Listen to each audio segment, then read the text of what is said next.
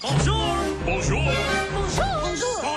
Yo tout le monde, j'espère que vous allez bien. Aujourd'hui, on se retrouve avec une vidéo MangaTech. C'est la première sur ma chaîne, donc j'espère que ça va vous plaire. Désolée pour la qualité du son de la voix off. C'est la première fois que j'en fais une avec Adobe. Je vous avoue, là, il est 3h du matin. Je peux pas faire autrement, donc je m'excuse. Faut savoir que j'ai repris ma collection de mangas en octobre dernier et qu'avant, j'étais une animé only, si on peut dire ça comme ça. Enfin, en tout cas, je suis restée animé only pendant des années. Ce qui explique pourquoi dans ma MangaTech, je n'ai pas de titre genre culte, tout simplement parce que pour la plupart, je les ai vus en animé. Bref, là, à l'heure actuelle, j'ai 180 tomes et 39 éditions, donc ça va, ma MangaTech, elle est assez petite, mais bon, presque 200 tomes quand même. Je vous mets le lien de mon manga collect en barre d'infos et je vous invite à mettre le vôtre en commentaire, ce serait cool. Ma MangaTech, c'est tout simplement deux meubles Besta mis l'un sur l'autre. Vous pouvez vous les procurer chez Ikea pour 20€ le caisson et 5€ la planche. Et franchement, je vous cache pas que je profite du fait de ne pas avoir énormément de tomes pour pouvoir la classer au feeling. Bref, j'ai pas envie que l'intro dure trop longtemps, donc abonnez-vous si mon contenu vous plaît, n'hésitez pas à me suivre sur les réseaux sociaux, je vous montre une vue d'ensemble de ma MangaTech et c'est parti. Sur le dessus, j'ai mis des images qui viennent d'animés qui me tiennent à cœur, donc forcément on a du Bleach,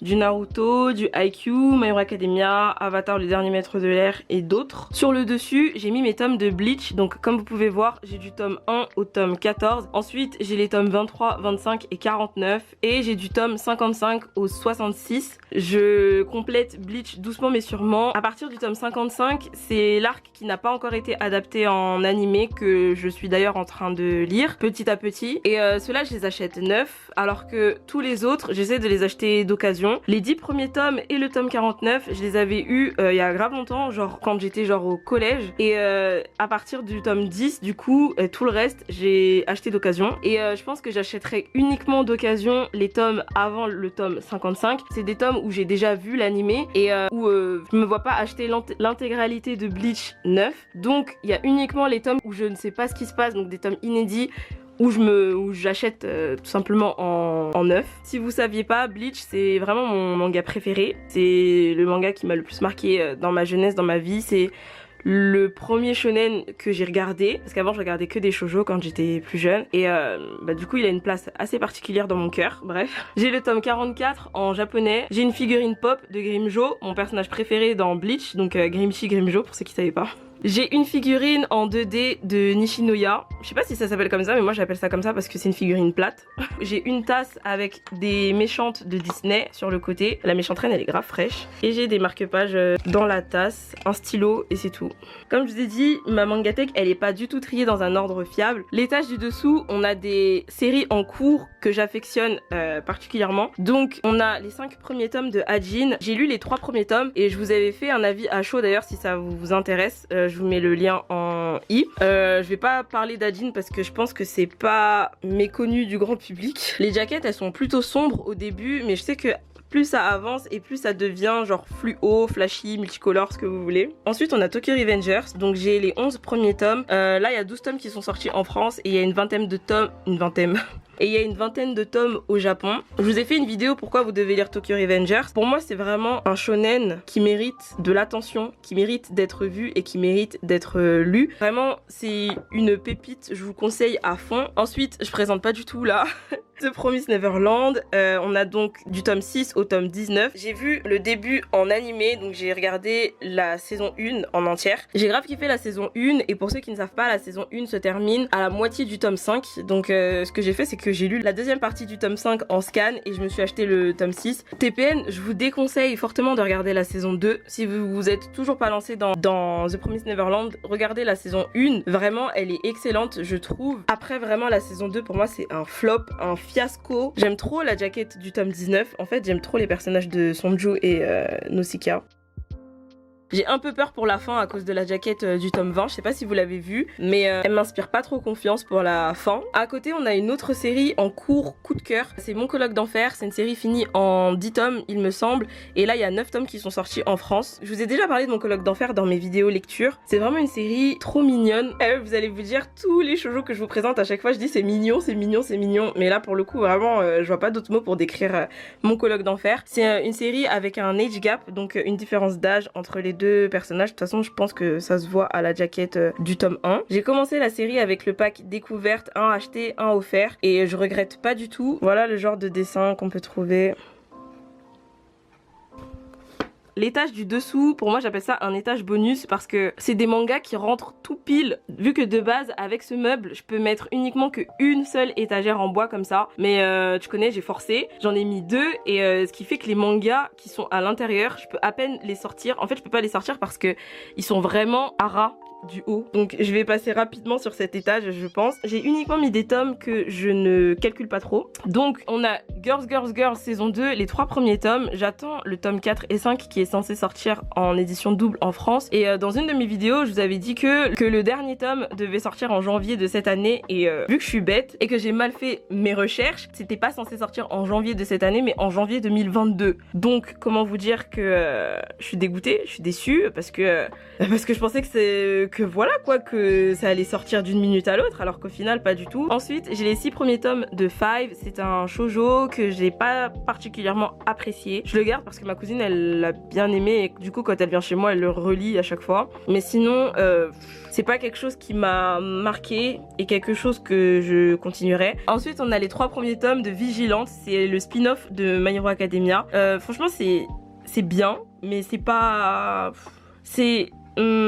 l'histoire est pas terrible en fait, en tout cas pour les 3 premiers tomes. On va tout simplement suivre ce personnage, donc je crois qu'il s'appelle Seiichi, qui veut devenir un super héros mais qui n'a aucune formation de super héros et qui n'a pas de permis de super héros tout simplement. Et du coup il décide de être un super héros à ses heures perdues, mais sauf que quand tu utilises ton alter sans avoir d'autorisation ou alors sans avoir de permis, t'es considéré toi-même comme un vilain. Donc je trouve que le plot était quand même assez intéressant, ça nous permet de voir les super héros d'une autre façon, mais je sais pas, le plot est bien mais l'histoire, les personnages ils sont pas attachants. À côté on a les 3 premiers tomes de Shikabane Hime. Je peux pas trop parler de ça parce que je l'ai pas lu honnêtement. C'est vraiment le genre de manga que j'ai eu quand j'étais plus jeune. Du coup à Noël j'avais reçu les 3 premiers tomes de Shikabane Hime. C'est quelque chose que j'avais demandé mais c'est quelque chose que j'ai pas lu parce que j'ai pas trouvé ça intéressant. Peut-être que je devrais essayer de le relire parce que c'est vrai que depuis que j'ai repris ma mangatech en main je l'ai pas relu, donc ça veut dire que la dernière fois que j'ai ouvert un tome de Shikabane Hime je devais être au collège. Peut-être que je devrais le relire et lui laisser une chance, mais j'ai la flemme. Mais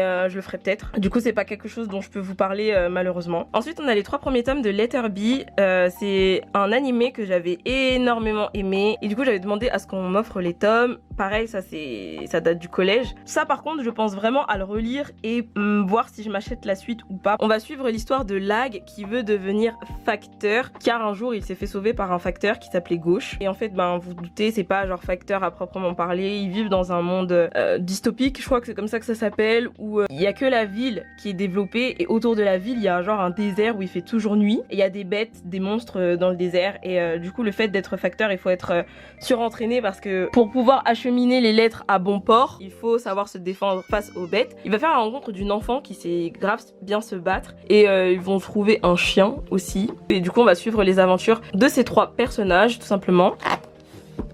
Franchement je vous dis la vérité, presque tout ça là c'est des trucs que j'ai acheté au collège hein. Bon à part Vigilante, mais sinon tout ça c'est des trucs qui datent du collège, bref. Ensuite on a Red Raven, c'est une série finie en 9 tomes si je dis pas de bêtises et ça parle de la mafia italienne. C'est une série super intéressante, on va suivre Andy qui est un Red Raven et en fait les Red Raven c'est des personnes chargées de faire régner la loi et quand je dis faire régner la loi c'est exécuter ceux qui ne respectent pas la loi. C'est des personnes qui dépendent de l'État, sauf que Andy, au-delà de remplir ses missions de Red Raven, il a une quête personnelle, il veut retrouver une famille de mafia qui a fait des expériences sur son corps, il veut retrouver la famille pour les faire payer tout simplement. J'avais relu les 3 tomes il y a pas longtemps, genre en novembre ou quelque chose comme ça, et c'est vrai que je me suis pas pris la suite parce que j'avais d'autres priorité on va dire, mais j'aimerais bien savoir ce qui se passe à la fin et bon c'est en 9 tomes. Ensuite on a les 2 premiers tomes de Baptism par Kazuo Umezu. C'est une série finie en 4 tomes, c'est des mini tomes, c'est pour ça que je les ai mis là. J'ai acheté les 2 premiers tomes dans un challenge 50 € chez la Fnac. Si vous avez pas vu la vidéo je vous la mets en i. Ceux-là je les ai pas encore lus parce que j'attends d'avoir les 4 tomes pour les lire. Je vous mets le résumé juste là. On est totalement sur de l'horreur. il me semble. Celui-là, je peux pas trop vous en parler parce que bah je l'ai pas lu. Sur le côté, on a une figurine pop de Rock Lee qui fait une tornade de Konoha que j'avais eu pour Noël. J'aime trop. Il y a un pot avec des clés USB et des cartes mémoire parce que votre pote elle est youtubeuse maintenant. Non, je rigole. Et au-dessus, j'ai les 5 premiers tomes de Rock Lee, les péripéties d'un ninja en herbe. C'est fini en 7 tomes. C'est un manga pour les enfants. C'est pas du tout un spin-off. C'est vraiment un truc comique, humoristique, etc. C'est un gag manga, je crois que c'est comme ça que ça s'appelle. Franchement, je vous dis la vérité, j'aimerais trop trouver les 2 derniers tomes, sauf que c'est en arrêt de commercialisation. Et genre sur Vinted, les gens vendent les 7 tomes pour 100 balles. Donc hors de question, juste hors de question. Mais franchement, juste pour la collection et pour pouvoir les lire aussi, bah forcément, j'aimerais bien me trouver la fin, quoi. Il me reste 2 tomes, donc l'étage du dessous, c'est un étage de romance. On commence avec L'étranger de la plage. C'est un one-shot, un yaoi que je vous ai montré dans mes achats du mois d'avril. Pour moi, ce serait une lecture parfaite pour cet été. Du coup, je l'ai pas encore lu. Du coup, quand je le lirai, je vous en parlerai, je pense. Je vous mets le résumé juste là.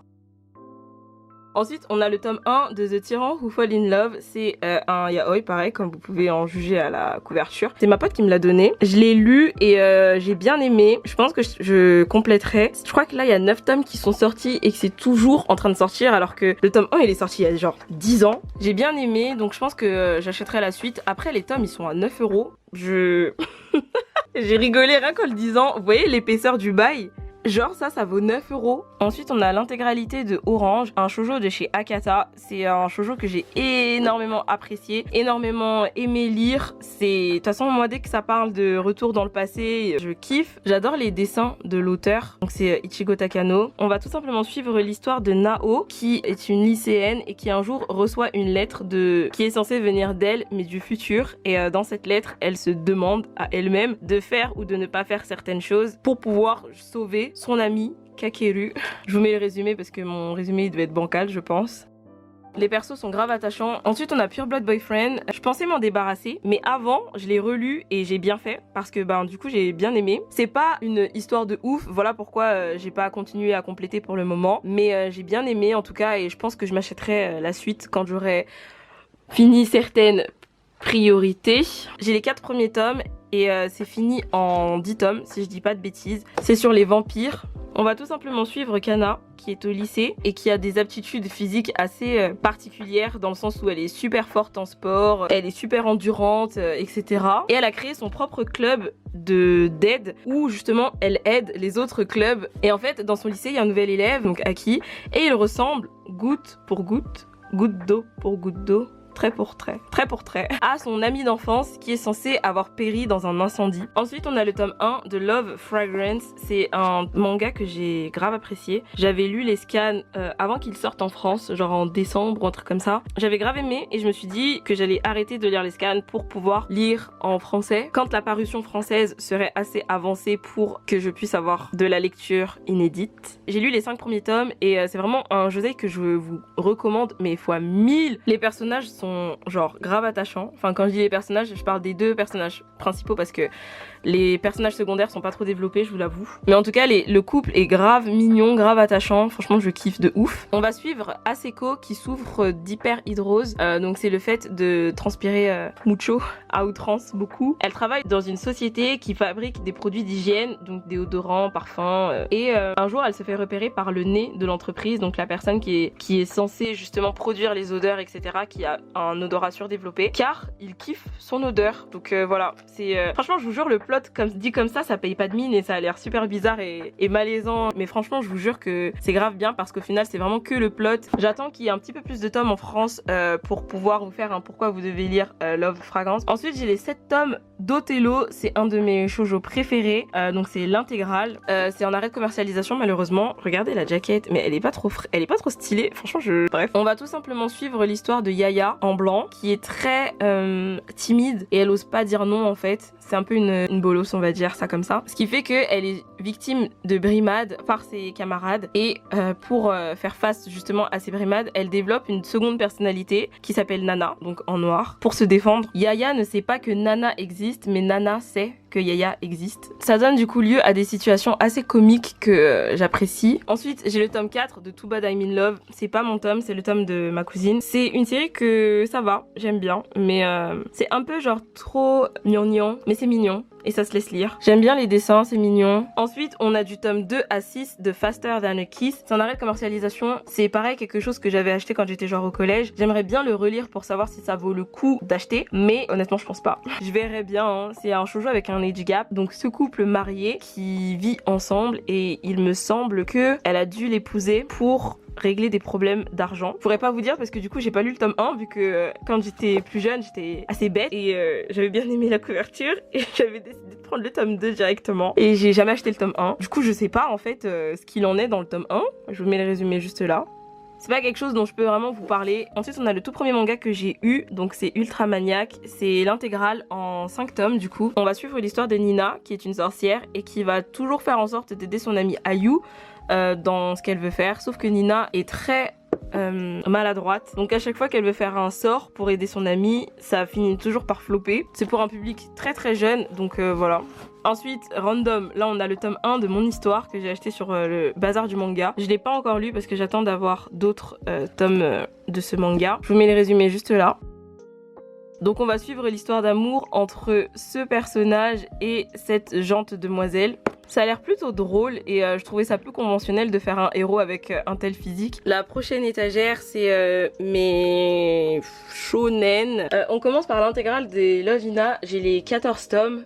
C'est l'ancienne édition parue chez Pika. J'ai pu la compléter très récemment. Vous l'avez vu dans ma précédente vidéo achat manga. C'est un animé que j'avais vu il y a pas mal de temps. On va suivre l'histoire de Keitaro, donc ce jeune homme qui veut à tout prix rentrer dans la prestigieuse université de Tokyo mais qui ne fait que de rater son concours d'entrée et pour pouvoir se concentrer un maximum avant de repasser le concours pour la 3e fois, il décide d'aller étudier, réviser, préparer son concours d'entrée dans l'ancienne auberge de sa grand-mère. Sauf que quand il arrive, il se rend compte que c'est plus une auberge mais que c'est devenu un pensionnat pour jeunes filles et que les jeunes filles qui habitent dedans sont assez particulières. Elles ont un caractère genre explosif, on va dire, qui fait que ça donne naissance un peu à des situations cocasses. C'est par Ken Akamatsu, donc je pense que vous savez à peu près quel genre de manga il fait. C'est un harem et il y a de la nudité modérée. Là pour l'instant j'ai lu jusqu'au tome 4 parce que j'ai galéré à trouver le tome 5 mais maintenant que j'ai l'intégrale je vais pouvoir m'y mettre correctement. Ensuite j'ai les 3 premiers tomes du bateau de Thésée. J'avais profité de l'offre 3 € les 3 premiers tomes. Vu que je l'ai pas lu je peux pas vous en dire beaucoup de choses. C'est un seinen et je crois que c'est fini en 10 tomes si je dis pas de bêtises. Je vous mets le résumé juste là. Je l'ai feuilleté et je trouve que les dessins sont vraiment beaux. C'est un manga qui parle de saut dans le temps, donc comment vous dire que dès que j'ai vu l'offre à 3 € j'ai foncé direct. Ensuite, on a les 3 premiers tomes de Rose Hip Rose. C'est une série finie en 4 tomes. C'est en arrêt de commercialisation, mais il y a une suite en 5 tomes, je crois, qui s'appelle Rose Hip Zero. C'est par le même auteur que GTO. Ces 3 tomes-là, je les ai pas lus parce que j'attends d'avoir le tome 4. Je peux pas trop vous parler de l'histoire, à part que ça parle de filles qui sont recrutées par le gouvernement, je crois, ou par l'armée pour effectuer des missions, genre en mode agent secret. Je peux pas vous dire plus sur l'histoire. J'ai pas lu GTO, mais j'ai toujours apprécié les dessins de Toru Fujisawa. Du coup j'ai vraiment hâte de le lire et je pense que dès que j'aurai le tome 4 je lirai directement tout. Ensuite mesdames et messieurs on a les 4 premiers tomes de l'Attaque des Titans. C'est des tomes que j'avais achetés genre en 2013. Ils sont super jaunes. C'était avant que je commence à regarder l'animé. Je pense pas continuer d'acheter les tomes parce que j'aimerais bien me procurer l'édition colossale tout simplement. Je trouve que l'édition colossale elle est juste plus pratique pour relire vu que j'ai lu toute la 2e partie du manga donc à partir de la saison 4 tout ça j'ai tout lu en scan et si j'achète les tomes ce sera de la relecture je pense. Malgré tout je pense pas vendre les 4 premiers tomes parce que vu que c'est un manga que j'adore ça bougera jamais, ça partira jamais de chez moi je pense. Ensuite on a le tome 1 de Burn the Witch qui est un manga de Tite Kubo, l'auteur de Bleach. Je l'ai lu et je vous avais dit ce que j'en pensais dans une de mes vidéos lecture. J'attends vraiment qu'il y ait un 2e tome qui sorte pour avoir une vraie opinion mais j'ai trouvé le tome un peu vide de sens. Je vous mets le résumé juste là. Je trouve ça cool qu'ils fassent un parallèle entre cette société du Reverse London avec la Soul Society, mais personnellement je vois pas trop le rapport. Ensuite on a les 3 premiers tomes de Spy Family par Tetsuya Endo. Je crois que là c'est l'intégrale sortie en France pour l'instant. Le tome 4 il doit sortir dans quelques semaines en mai je crois. J'ai pas encore lu donc du coup je peux pas vous donner un avis malheureusement pour l'instant. Je vous mets le résumé juste là. En tout cas, j'adore les couvertures. La couleur, elle est genre trop belle, c'est magnifique. Tout le monde ne dit que du bien de cette série, donc j'ai vraiment hâte de le lire. Ensuite, nous avons les 3 premiers tomes de Soul Eater. Donc ça aussi, ça fait partie des mangas que j'ai acheté il y a très longtemps quand j'étais au collège. Il me semble avoir regardé la première partie de l'animé, mais apparemment l'animé est nul par rapport au manga. C'est une série que je compte terminer. C'est par le même auteur que Fire Force et c'est fini en 22 tomes, il me semble. Pour finir sur cette étagère, on a l'intégrale de A Silent Voice, donc les 7 tomes. C'est une série que j'ai beaucoup appréciée. Je vous montre les dessins. Je vous en ai déjà pas mal parlé sur ma chaîne, notamment sur les débuts de ma chaîne, je vous en parlais vraiment beaucoup. C'est une série très touchante. Je vous mets le résumé. Il y a un film, si jamais ça vous intéresse, c'est par l'auteur de To Your Eternity. Si vous l'avez pas lu, vraiment je vous le conseille. Ensuite, enfin, ma dernière étagère, c'est une étagère de grand format. Donc premièrement, le magazine Glénat Manga News, c'est un magazine de prépublication avec dedans les premiers chapitres de certains mangas qui sont censés sortir cette année et avec un récapitulatif des sorties de l'année du coup. Ensuite, j'ai ma partie Junji Ito. Il y a des tomes qui sont pas à moi, je vais vous dire ça tout de suite. Pour mon anniversaire de cette année, j'ai reçu Gyo de la part de ma mère. C'est des versions en anglais. On va suivre l'histoire d'un couple qui passe des vacances tranquilles à Okinawa, je crois, et qui se font attaquer par des poissons avec des pieds. Le synopsis dit comme ça vaut rien vraiment. Je l'ai pas encore lu donc je peux pas vraiment vous parler de l'histoire plus en détail, si ce n'est que c'est de l'horreur. Ensuite, pour continuer avec le Junji Ito, on a des tomes qu'on m'a prêtés, donc Uzumaki, Tomie, Fragment of Horror, Dissolving Classroom et La déchéance d'un homme. Uzumaki, je l'ai pas encore lu, mais des 3 vraiment c'est celui qui me disait le plus, qui m'intéressait le plus, donc c'est connu en France sous le nom de Spirale. J'ai pas lu Tomie non plus, mais je vous mets le résumé juste là. C'est des gros livres et les couvertures sont cartonnées. Fragment of Horror, par contre, je l'ai lu et j'ai vraiment apprécié. C'est un recueil d'histoires d'horreur. Dissolving Classroom et La déchéance d'un homme, c'est des tomes que j'ai lus aussi et dont je vous ai déjà parlé dans ma vidéo lecture du mois de mars. J'ai vraiment beaucoup apprécié Dissolving Classroom et La déchéance d'un homme, j'attends vraiment la suite avec impatience. Tous les tomes de Junji Ito qui sont dans ma mangatech, ils sont tous en anglais, sauf La déchéance d'un homme. On poursuit. J'ai le tome 14 de Shinchan en japonais que j'ai eu au Book Off de Pyramide à 1€. Et Shinchan, c'est un dessin animé que je regardais quand j'étais petite. Du coup, quand je l'ai vu, je me suis dit franchement vas-y pour 1€, pourquoi pas. Ensuite, on a le tome 1 de Happy par Naoki Urasawa qui est un manga sur le tennis. Je vous l'ai présenté dans ma vidéo achat manga du mois d'avril. Je l'ai pas encore lu parce que j'aimerais bien avoir au moins 2 ou 3 tomes pour pouvoir commencer à lire. Pour continuer avec Naoki Urasawa, j'ai le tome 2 de la Perfect Edition de 20th Century Boys. J'ai prêté le tome 1 à ma pote. Je l'ai pas encore lu parce que je pense qu'il faudrait que je relise le tome 1. Et aussi, j'ai envie d'avoir d'autres tomes pour pouvoir le lire parce que j'ai l'impression que c'est pas le genre de manga qu'on peut lire au compte-gouttes. Après, je pense que je serais quand même obligée au bout d'un moment quand je serai à jour dans la parution française. Ensuite, j'ai Jizo. C'est un one-shot aux éditions Glénat. J'ai pas trouvé ça ouf. Malheureusement, je vous mets les résumés. En fait, pendant toute ma lecture, j'attendais quelque chose et à la fin, je me suis dit tout ça pour ça. Le plot est intéressant, mais l'histoire ne l'est pas tant que ça. C'est vraiment dommage parce que je trouve que les dessins sont vraiment magnifiques. Ensuite, nous avons le premier tome de Killing Stalking qui est un webtoon de base, donc c'est en couleur. Franchement, Killing Stalking, je vous mets le résumé, attendez. Killing Stalking, c'est juste incroyable, vraiment incroyable. Je vous en avais déjà parlé dans une de mes vidéos lecture et je vous avais dit que je voulais vraiment pas lire en scan et attendre les tomes. Les gars, je suis tellement faible, j'ai grave lu le webtoon, j'ai tout lu du coup. C'est pas une série que je conseille à tout le monde, c'est vraiment pour public averti. Mais si vous connaissez un peu les histoires toxiques et si vous avez l'habitude de lire ce genre d'histoire, franchement je vous le conseille. C'est très malaisant, mais moi personnellement j'ai adoré ma lecture. Un très bon manga psychologique. Dans ma vidéo où j'en parlais, je disais que c'était un yaoi, donc c'était une romance entre 2 garçons. C'est pas de la romance, vraiment clairement c'est pas de la romance. Ensuite, pour finir avec les grands formats, j'ai les 4 premiers tomes de la Perfect Edition de FMA. C'est vraiment un manga récurrent sur ma chaîne.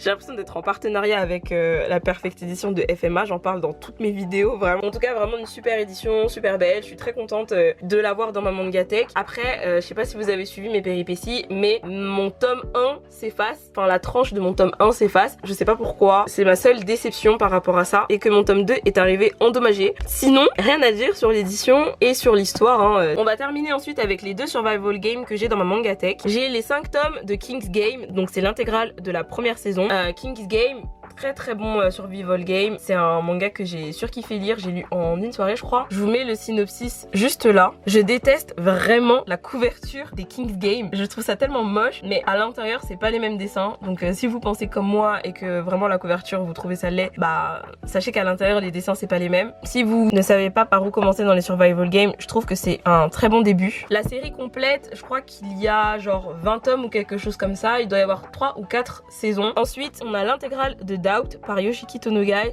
Vous savez déjà ce que j'en pense, il me semble, j'en ai déjà parlé sur ma chaîne. J'ai pas envie de cracher dessus étant donné que j'ai quand même tout lu en une soirée, mais j'ai trouvé la fin malheureusement un peu trop prévisible, donc c'est pas quelque chose que moi je vous conseillerais. Je vous mets le résumé juste là. Pour finir, on a 2 tomes en vrac. On a La Nouvelle Fille des Enfers, le tome 1. Je regardais vite fait l'animé quand ça passait sur MCM il y a grave longtemps, de La Fille des Enfers. Et ça c'est un tome que j'ai acheté quand j'étais au collège. Je crois même que je l'ai acheté en pensant que c'était La Fille des Enfers, alors que pas du tout. Je vous mets le résumé juste là. Et pour finir, enfin, cette vidéo, on a le tome 1 de Platinum End par Takeshi Obata et Tsugumi Oba. C'est un tome qu'on m'avait offert dans une promotion commerciale de Kazé.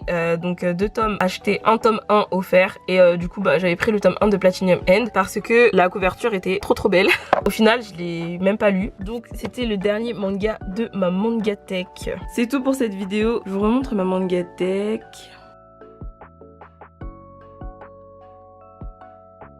J'espère que cette vidéo vous aura plu. Si c'est le cas, n'hésitez pas à liker, commenter et à partager, ça me ferait très plaisir. En tout cas, je vous remercie d'avoir regardé cette vidéo jusqu'à la fin et je vous dis, on s'attrape la semaine prochaine pour une prochaine vidéo. Bye!